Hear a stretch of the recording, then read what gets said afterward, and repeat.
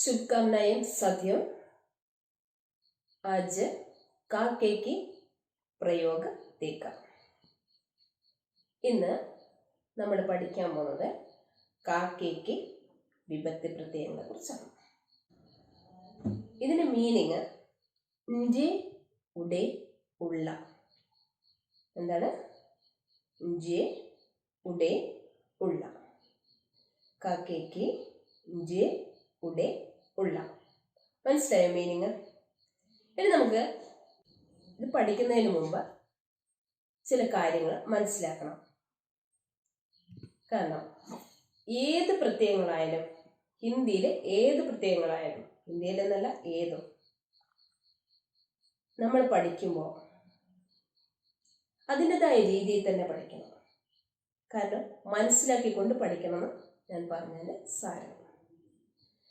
ഇപ്പോൾ ഒരു പോം തന്നു വെച്ചോ, ടീച്ചർ ക്ലാസ്സിൽ ഒരു പോം തന്നു വെച്ചോ, എന്നിട്ട് നമ്മളോട് അവർ പറയുന്നു ഇതിന്റെ സാരാംശം എഴുതണം. നമ്മൾ സ്വന്തമായി എഴുതണം അല്ലേ, ഉണ്ടാക്കണം അല്ലേ.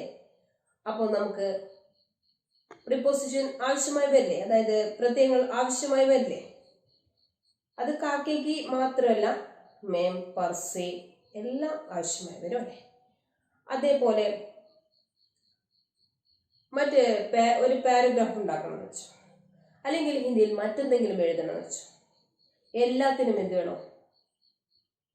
ഗ്രാമർ ആവശ്യമായി വരും അല്ലേ. അപ്പോൾ ഇതൊക്കെ ശരിയായ രീതിയിൽ പഠിച്ചാൽ മാത്രമേ നമുക്ക് സ്വന്തമായി എഴുതി ഉണ്ടാക്കാൻ. ഇപ്പോൾ ക്വസ്റ്റ്യൻ ആൻസർ തരുന്നെന്ന് വെച്ചോ ക്ലാസ്. അപ്പോൾ നമുക്ക് ക്വസ്റ്റ്യൻ ആൻസർ ബൈ ഹാർട്ട് പഠിക്കാം, ശരി. പക്ഷേ സ്വന്തമായി അത് എഴുതണമെന്ന് ടീച്ചർ പറയുന്നു. ടെക്സ്റ്റ് ബുക്കിൽ ഉള്ളതുപോലെ അങ്ങ് എഴുതാൻ പാടില്ല, അത് കുറച്ചൊക്കെ മാറ്റം വരുത്തണം. അപ്പൊ നമുക്ക് എന്ത് വേണം? ഗ്രാമർ ആവശ്യമായി വരും അല്ലേ. അപ്പോഴും പ്രത്യയങ്ങളൊക്കെ ആവശ്യമായി വരും. പിന്നെ സ്പോക്കൺ ഹിന്ദി പഠിക്കുമ്പോൾ, അങ്ങനെ പഠിക്കുന്നവർക്ക് ഇതിന്റെ ആവശ്യം എന്തെന്നല്ലേ? സ്പോക്കൺ ഹിന്ദി പഠിക്കാൻ വലിയ ഗ്രാമറൊന്നും വേണ്ട എങ്കിലും പഠിക്കുന്നവര് ഇതൊക്കെ അറിഞ്ഞിരിക്കണം. എന്തെന്ന് പറഞ്ഞാൽ അതിങ്ങനെ സംസാരിക്കുന്നതിന്റെ ഇടയിൽ ഗ്രാമർ അങ്ങ് വരും. പക്ഷെ എന്തായാലും കാ കേക്ക് എന്ന പ്രത്യയങ്ങൾ, ഇന്ത്യ ഉടെ എന്ന പ്രത്യേക യൂസേജ് ഒക്കെ വരുമ്പോൾ അത് കായല്ലെങ്കിലും കെയോ കിയോ എന്തെങ്കിലും ചേർത്ത് അങ്ങോട്ടും ഇങ്ങോട്ടും മാറിയിട്ടെങ്കിലും നമുക്ക് വരണമല്ലോ. അപ്പൊ നമുക്ക് ഇത് എന്താന്ന് കാര്യം ഒന്ന് മനസ്സിലാക്കി വെക്കണം, വേണ്ടേ? വേണം. പക്ഷെ അത് വിചാരിച്ച് ഇത് ശരിക്കും ഗ്രാമർ തെറ്റിപ്പോവോ എന്ന് നോക്കിയാൽ സ്പോക്കൺ ഹിന്ദി അത്ര പറ്റില്ല കേട്ടോ. അത് അങ്ങനെയൊന്നും നോക്കിയിട്ട് സംസാരിക്കാൻ പറ്റില്ല. അത് ഗ്രാമർ നോക്കിയിട്ട് നമ്മൾ സംസാരിക്കാൻ പോയാൽ അത് അങ്ങോട്ട് നടക്കുന്ന കാര്യമൊന്നുമല്ല. പക്ഷെ എങ്കിലും നമ്മൾ എല്ലാ യൂസേജും അറിഞ്ഞിരിക്കണം. ഇനി നമുക്ക് കാക്കയ്ക്ക് വിഭക്തി പ്രത്യയം എങ്ങനെയാണ് യൂസ് ചെയ്യേണ്ടത് നോക്കാം. ഞാൻ നേരത്തെ പറഞ്ഞു, ഇഞ്ചി ഉടെ ഉള്ള എന്നാണ് ഇതിന്റെ മീനിങ്. ഇനി ഇതിനെ എങ്ങനെയാണ് ഇത് യൂസ് ചെയ്യേണ്ടതെന്ന് പറഞ്ഞുതരാം. പ്രത്യേകം എങ്ങനെയാണ് നമ്മൾക്ക് ഉപയോഗിക്കേണ്ടതെന്ന് പറഞ്ഞുതരാം. രണ്ട് നാമങ്ങൾ വരും, അതായത് രാം ക ബേട്ട. അതിലെന്തുണ്ട്? രാം എന്നതും ബേട്ട എന്നതും നൗണാണ്, നാമമാണ് അല്ലെ. അതിൻ്റെ ഇടയിലാണ് ക എന്ന വിഭക്തി പ്രത്യയം വരുന്നത്. അപ്പോൾ ക എന്ന് വരാൻ കാരണം ഈ രണ്ടാമത്തെ നാമം പുല്ലിംഗം ഏകവചനം ആയതുകൊണ്ടാണ് ക വന്നത്. ഒന്നുകൂടെ പറഞ്ഞുതരാം. രണ്ട് നാമങ്ങൾ വരുമ്പോൾ രണ്ടാമത്തെ നാമം പുല്ലിംഗം ഏകവചനം ആണെങ്കിൽ ക വരും. രണ്ടാമത്തെ നാമം പുല്ലിംഗം ബഹുവചനമാണെങ്കിൽ നാമത്തിന് മുന്നിൽ വരുന്നത് കെ ആയിരിക്കും. രണ്ടാമത്തെ നാമം സ്ത്രീലിംഗം ഏകവചനമാണെങ്കിലും സ്ത്രീലിംഗം ബഹുവചനമാണെങ്കിലും രണ്ടാമത്തെ നാമത്തിന്റെ തൊട്ട് മുന്നിൽ വരുന്നത് കീ ആയിരിക്കും. മനസ്സിലായോ? ഒന്നുകൂടെ പറഞ്ഞുതരാം. ശ്രദ്ധിക്കണം. ഞാനിത് പറയുമ്പോൾ നിങ്ങൾ നോട്ട് ചെയ്യണം. ആദ്യം നിങ്ങൾ ഇത് ശ്രദ്ധിക്കുക, എന്നിട്ട് രണ്ടാമത് നിങ്ങൾ ഇത് നോട്ട് ചെയ്യാം. മൂന്നാമത് ഇത് നോക്കുമ്പോൾ നിങ്ങൾക്ക് നോട്ട് ചെയ്തതും ഞാൻ പറഞ്ഞതും കൂടെ വെച്ച് നോക്കാം. അപ്പൊ നിങ്ങൾക്ക് കാര്യം മനസ്സിലാവും. 2 നാമങ്ങൾ ഉണ്ട് അല്ലെ? രാം ക ബേട്ട. ഇതിൽ എന്തുണ്ട്? രാം എന്നതും ബേട്ട എന്ന 2 നാമങ്ങളുണ്ട്. വലതു ഭാഗത്ത് വരുന്ന നാമമാണ് ബേട്ട. ബേട്ട എന്ന നാമത്തിന്റെ തൊട്ട് മുന്നിൽ വരുന്നതാണ് ക പ്രത്യയം. അത് ഈ ബേട്ട എന്ന നാമം എന്താണോ അതിൽ ആ നാമം ലിംഗത്തിൽ വരുന്ന മാറ്റം, അതായത് പുല്ലിംഗം ഏകവചനമാണോ, പുല്ലിംഗം ബഹുവചനമാണോ, സ്ത്രീലിംഗം ഏകവചനമാണോ, സ്ത്രീലിംഗം ബഹുവചനമാണോ എന്ന് നോക്കിയിട്ട് വേണം തൊട്ട മുന്നിൽ വരുന്നത് കായോ കേയോ കിയോ കീ ആണോ എന്ന് നമ്മൾ ചേർക്കാം.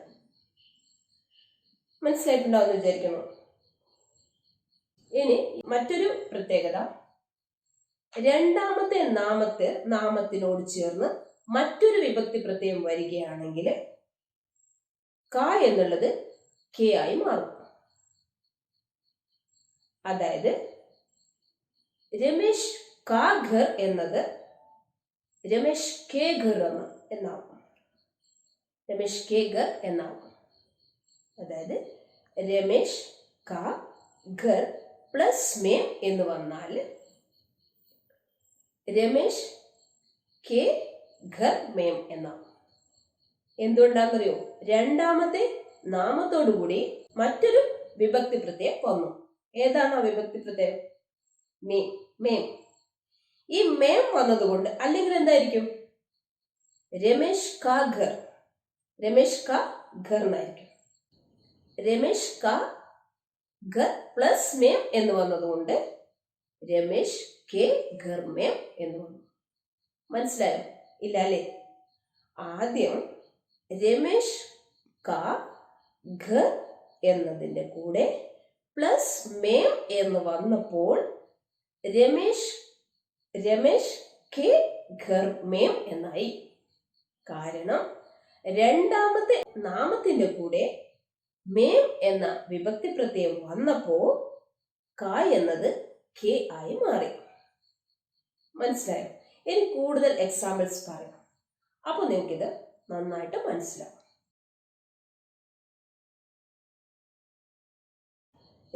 രമേശ് കാ ബേട്ട, അതായത് ബേട്ട എന്നത് പുല്ലിംഗം ഏകവചനം ആയതുകൊണ്ട് കാ വന്നു. രമേശ് കെ ബേട്ടെ, ബേട്ടെ എന്നത് പുല്ലിംഗം ബഹുവചനമായതുകൊണ്ട് കെ വന്നു. രമേശ് കി ബേട്ടി, ബേട്ടി എന്നത് സ്ത്രീലിംഗം ഏകവചനമായതുകൊണ്ട് കി വന്നു. രമേശ് കി ബേട്ടിയാം, ബേട്ടിയാം എന്നത് സ്ത്രീലിംഗം ബഹുവചനമായതുകൊണ്ട് കി വന്നു. അത് സ്ത്രീലിംഗം ബഹുവചനമായാലും ഏകവചനമായാലും കി തന്നെ വരും, മാറ്റമൊന്നുമില്ല. രാധാ കാ ഘർ, രാധാ കാ ഘർ, ഘർ എന്നത് പുല്ലിംഗം ഏകവചനം ആയതുകൊണ്ട് കാ വന്നു. രാധാ കെ കമരെ, കമരെ എന്നത് പുല്ലിംഗം ബഹുവചനമായതുകൊണ്ട് കെ വന്നു. അവിടെ രാധയ്ക്ക് സ്ഥാനമില്ല കേട്ടോ. നിങ്ങള് രാധ എന്ന പേര് കണ്ടിട്ട് കീ ആക്കരുത്. രമേശ് കി പുസ്തക്, പുസ്തക് എന്നത് സ്ത്രീലിംഗം ഏകവചനമായതുകൊണ്ട് കീ വന്നു. രമേശ് കി പുസ്തകേ, അവിടെ സ്ത്രീലിംഗം ബഹുവചനമായാലും കീ തന്നെയാണ് വരുന്നത്. സ്ത്രീലിംഗം ഏകവചനമായാലും ബഹുവചനമായാലും കീ തന്നെ. പുല്ലിംഗം ഏകവചനമായാൽ കാ, ബഹുവചനമായാൽ കെ. പിന്നെ നമ്മുടെ പിതാച്ചി പോലുള്ള റെസ്പെക്ട് ചെയ്യുന്ന എന്തെങ്കിലും നാമമാണെങ്കിൽ കെ വരും. പിന്നെ വിഭക്തി പ്രത്യയം ചേർന്ന് വരുന്നത് ഞാൻ പറഞ്ഞല്ലോ. രണ്ടാമത്തെ നാമത്തോട് ചേർന്ന് വിഭക്തി പ്രത്യയം വന്നാൽ ക എന്നത് കെ ആയി മാറുമെന്ന് ഞാൻ നേരത്തെ പറഞ്ഞില്ലേ. അതിനൊരു എക്സാമ്പിൾ നോക്കിക്കോ. രമേശ് കാ ഘർ പ്ലസ് മേം. രമേശ് കെ ഘർ മേം. ഇത്രയും കാര്യങ്ങൾ ശരിക്കും മനസ്സിലായിട്ടുണ്ടാവുമെന്ന് വിചാരിക്കുന്നു. ഞാൻ പറഞ്ഞതൊക്കെ നന്നായിട്ട് മനസ്സിലായി ഇഷ്ടപ്പെട്ടു എന്നുണ്ടെങ്കിൽ ലൈക്ക് ചെയ്യുക, സബ്സ്ക്രൈബ് ചെയ്യുക, ബെൽ ബട്ടൺ എനേബിൾ ചെയ്യുക. ബൈ.